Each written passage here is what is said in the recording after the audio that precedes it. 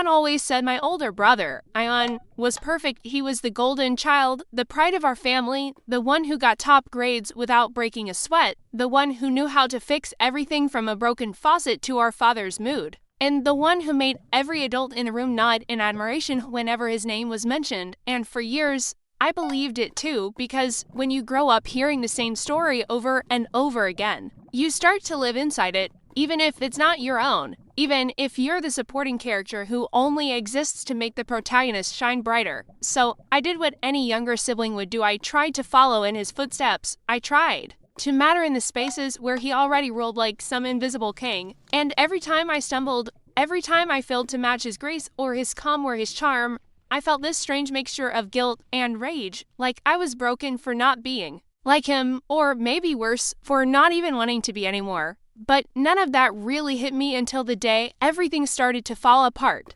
and the cracks in his mask began to show. Though now I realized they had been there for much longer, small hairline fractures hidden behind forced smiles and late-night phone calls he never wanted anyone to hear. It really began when I came home from college one weekend, just a regular visit, or at least that's what I thought. I had been feeling a bit down, struggling with my classes, with my confidence, and I just wanted to be home, to feel grounded again. And of course, Ion was there, looking as perfect as ever, sitting across the table in his tailored shirt, telling our parents about the latest promotion he was about to get, how his boss literally said he was irreplaceable. And I remember watching him and wondering if he ever felt like a fraud, because I was drowning in self-doubt and he always seemed to be floating untouchable.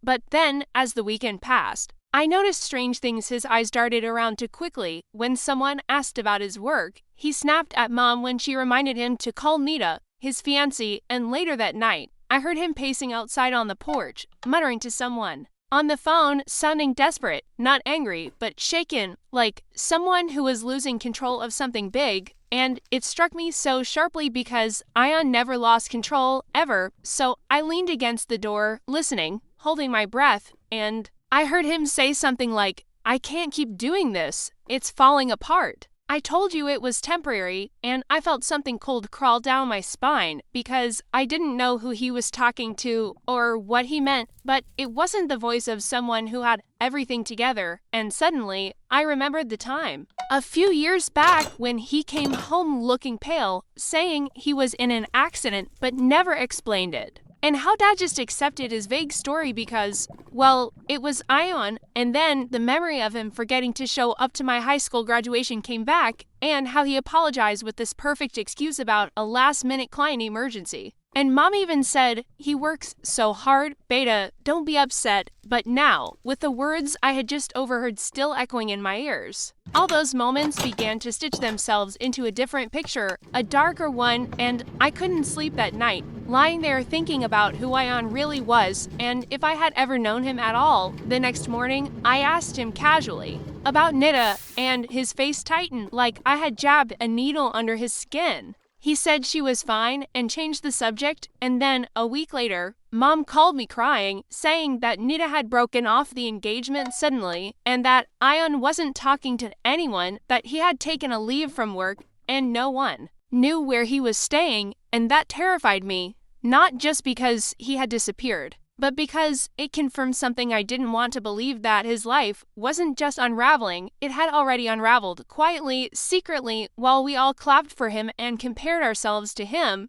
And I felt this rising anger, not at him, but at myself for buying into the myth for so long, for never questioning the cracks, even when I saw them. So I started digging. I went through his old social media posts, his LinkedIn profile, and something didn't add up. He hadn't posted about his job in months, even though he claimed he was up for a promotion. And then I reached out to a friend of his I had met once, someone named Cameron, and when I messaged him asking if he knew where Ion was, he just replied with, "I thought your family already knew." And then, nothing, radio silence, and I stared at that message for what felt like forever, because what did that even mean? And why did it feel like I was on the edge of discovering something that would change everything? So I called Cameron, and at first he didn't answer. Then he finally picked up, and his voice was low, like he was afraid someone was listening. And he said, "Look, I don't know what he's told you, but Ion hasn't worked at that company. In over a year, he was let go, quietly, and he asked us not to say anything to your family. He said it was temporary, that he'd fix it, but I think it got worse. I think he's in real trouble. And I just sat there frozen, the words sinking in slowly, and a part of me still wanted to say Cameron was lying, that he was mistaken, but the truth was clawing its way into the light, and it was ugly. And then I remembered all the times Ion had paid for things in cash. How he avoided bringing up future plans with Nita, how he always had an excuse for not inviting us to see his apartment, and I realized I didn't know my brother. Not really, I only knew the version he wanted the world to see, and I wanted to be angry with him, but mostly I just felt scared because if he had fallen this far, alone, then where was he now? And why hadn't he asked for help? And that's when I decided I had to find him, even if it meant dragging every secret out into the open.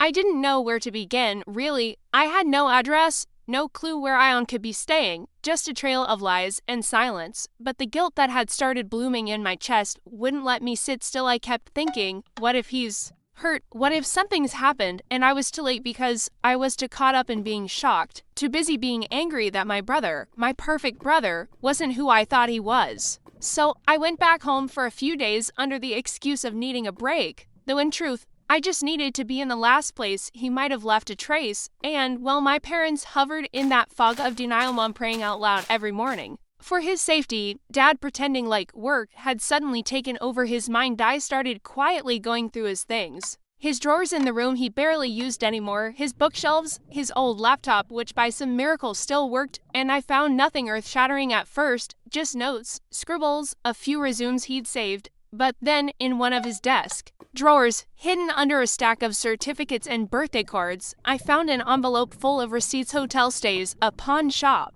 even a late notice from some bank I'd never heard of, and slowly a timeline began to form in my head, a shadow version of Ion's life over the last year, and the story it told wasn't of a man in control, but of one running out of options. Selling things, borrowing, moving from place to place, and one receipt caught my eye more than the others. It was from a cheap motel 3 cities over, dated just 2 weeks ago, and something in my gut told me he'd gone back, maybe out of desperation or habit, so without telling my parents anything, I packed a bag and took a bus the next morning, staring out the window the whole ride, watching the landscape blur by, thinking about how many times I had followed Ion metaphorically, tracing his steps, chasing his ghost. But this time it was real. I was literally chasing after the brother who used to walk 3 feet ahead of me, holding my hand so I wouldn't trip. And now, I was the one hoping to catch him before he tripped too hard to stand up again. When I arrived in the city, it was smaller than I expected,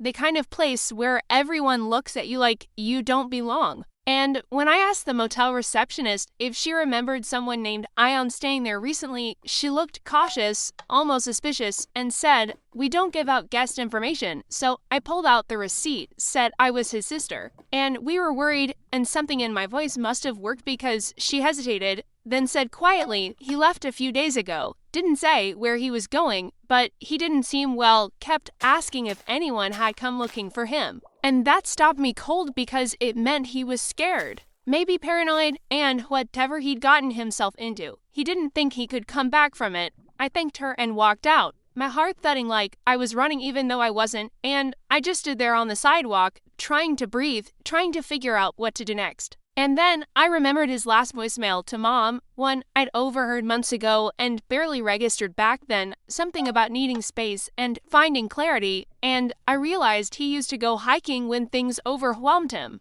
There was a spot near our childhood vacation cabin, a place called Darya Ridge, and suddenly I just knew he might have gone there. So I found a cab driver willing to take me up into the hills and tried not to unravel as we drove up the winding roads, the sun dipping lower behind us, and when we finally reached the ridge, I got out and scanned the area, my shoes crunching over gravel, the wind sharp and biting, and after about 15 minutes of searching and calling his name, I saw someone hunched near the edge of a rocky slope, wearing a jacket I recognized from our last family picnic, and my chest seized up. It was him. It had to be, so I ran over, nearly slipping, and when I got close, I called out, "Ion," and he flinched like I'd struck him, turning around with this wild look in his eyes, like he was seeing a ghost, and then his face crumpled. not in relief, but in shame, and I'd never seen that expression on him before, not once. He opened his mouth, but no words came out, and I just walked over, sat down beside him, not too close, just enough to make it clear I wasn't leaving. And after a long silence, he said, "You shouldn't have come," and I said, "And you shouldn't have disappeared," and we both laughed bitterly at that. Like neither of us knew how to untangle the mess between us. And then, slowly, he started talking not like the polished Ion who could charm anyone, but like someone unraveling at the seams. He told me how he'd lost his job because of a mistake, a serious one, something he didn't go into detail about. Just that it involved money and trust, and he'd been the scapegoat, or maybe he really did screw up. He wasn't sure anymore, and how after that, everything started to spiral, how he couldn't face mom and dad, how he thought Nita would stick around, but when he told her the truth, she left, not cruelly, just quietly, like she didn't want to carry someone else's fall. And how he started lying, first to buy time, then out of fear, and then because he didn't know how to stop. And the more he talked, the more I realized he wasn't just hiding from the world, he was hiding from himself, and it broke something. In me, this idea that the person I had idolized all my life was just another scared, flawed human being, clinging to a mask that had finally broken, and part of me wanted to yell at him, to shake him and demand why he let us believe in the illusion for so long. But I didn't, because what would that even fix? Instead, I said, "Come home," and he shook his head violently, said he couldn't face them, that they'd never look at him the same, and I said, "They'll look at you and see their son," and after a long pause, he whispered, "But I don't know if I even see him anymore," and that's when I put my hand on his and said, "Then let's find him together," and we sat there in silence, the wind howling around us like the world was finally breathing for us both, and I didn't know what would happen next, how our parents would react, how he'd rebuild, but I knew one thing with absolute clarity: the mask was gone, and for the first time, I was finally meeting my brother. We got back to the city that same night, cramped in a rented car I'd convinced a local to lend us for the drive, and the silence between us on that ride was different. It wasn't hostile or awkward, it was thick with something else. Maybe exhaustion, maybe tentative trust. Like the space between us had shifted forever, and neither of us knew exactly what to do with it. I could feel Ion watching the lights blur past the window like he was memorizing the outside world in case he had to retreat from it again, and I didn't push him to talk anymore. I didn't ask questions or fill the quiet with noise. I just drove, letting the hum of the tires and the low rumble of the engine wrap around us like a fragile truce. And when we finally reached the house, our parents were asleep, of course, unaware that their missing son was about to walk through the door, and Ion hesitated on the porch, staring at the doorknob like it might burn him if he touched it. So I stepped forward, unlocked it, and said, "One step at a time," and he nodded, swallowing hard, following me inside like a guest in his own life. I let him take the guest room since his was still piled with old college books and dusty trophies. And for a while, neither of us slept. I could hear him pacing quietly, opening and closing drawers, maybe trying to reconnect with the version of himself that used to live here, maybe trying to convince himself that he still belonged somewhere. And the next morning when Mom came down for breakfast and saw him, she froze, her lips parting, but no words coming out, like her brain couldn't catch up to her heart. And Ion looked at her with those same eyes I'd seen up on the ridge, tired, raw, scared, and I stepped back, gave them space, and when she finally rushed forward to hold him, crying into his shoulder, whispering, "Where were you? Where were you?" over and over again, I saw his face crumple, the way it had when he saw me, only this time he didn't hide it. He cried too, in front of her. Like a boy who had finally let go of the weight of pretending. Dad came in later, more measured, more cautious, but I saw the flicker of pain in his eyes too, the way he hugged Ion like he wasn't sure if he was real or a dream that might vanish, and I thought maybe, just maybe, we could start healing, that maybe truth could be stronger than the stories we told ourselves, but healing isn't a straight line, and in the days that followed, the cracks kept surfacing, sometimes in unexpected places. Sometimes in the way Ion flinched when the doorbell rang, or how he kept checking his phone like he was waiting for some disaster to follow him home, and one evening while we were sitting on the back porch, sipping chai and pretending the world had settled, he finally told me the full story. The job he lost wasn't just because of a mistake. It was because of gambling, because of a habit he had picked up to deal with stress, to feel in control, and how it spiraled so fast that he started borrowing money, first from friends, then from people he shouldn't have, and how one night things got dangerous, a threat, a confrontation, someone showing up at his apartment, and that's when he knew he had to disappear, and I just sat there listening, feeling the weight of his shame settle on my chest like it was my own. Not because I pitied him, but because I understood now, finally, that perfection is the ugliest prison you can live in, and Ion had been trapped in it for so long. He didn't know who he was outside of it, and I told him something I hadn't told anyone before, that I used to hate him. Not really hate, but resent how his shadow had stretched so long over my life that I stopped trying to shine on my own, and he looked at me with this expression that shattered me because he said, "I always thought you were the lucky one," and I laughed.